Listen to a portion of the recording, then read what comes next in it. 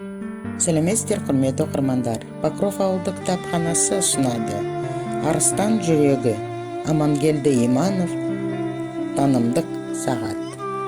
Иманов Амангелді Дүрбайұлы, халық батыры, қазақ халқының 1916 жылғы ұлт азаттық көтерілісін ұйымдастырушылардың бірі. Кенесары Қасымовтың үзеңгілес серігі Иман Батыр Дулатұлының немересі. Бұрынғы Торғай уезі Қайдауыл болысында туған. Әкесі шаруа баққан момын кісі болған. Шешесі қалампыр Қақу қызы медресе бітірген.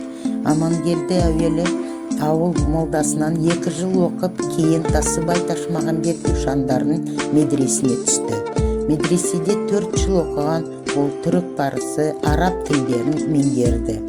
Әкесінен 7 жаста жетім қалып, жоқшылық тауқыметін ерте тартты. Ел ішіндегі дау-шарға ерте араласып, сол себепте Ресей империясының жергілікті билеушілігін қудалауына ұшырап, 1896 жылы бірінші рет түрмеге қамалды.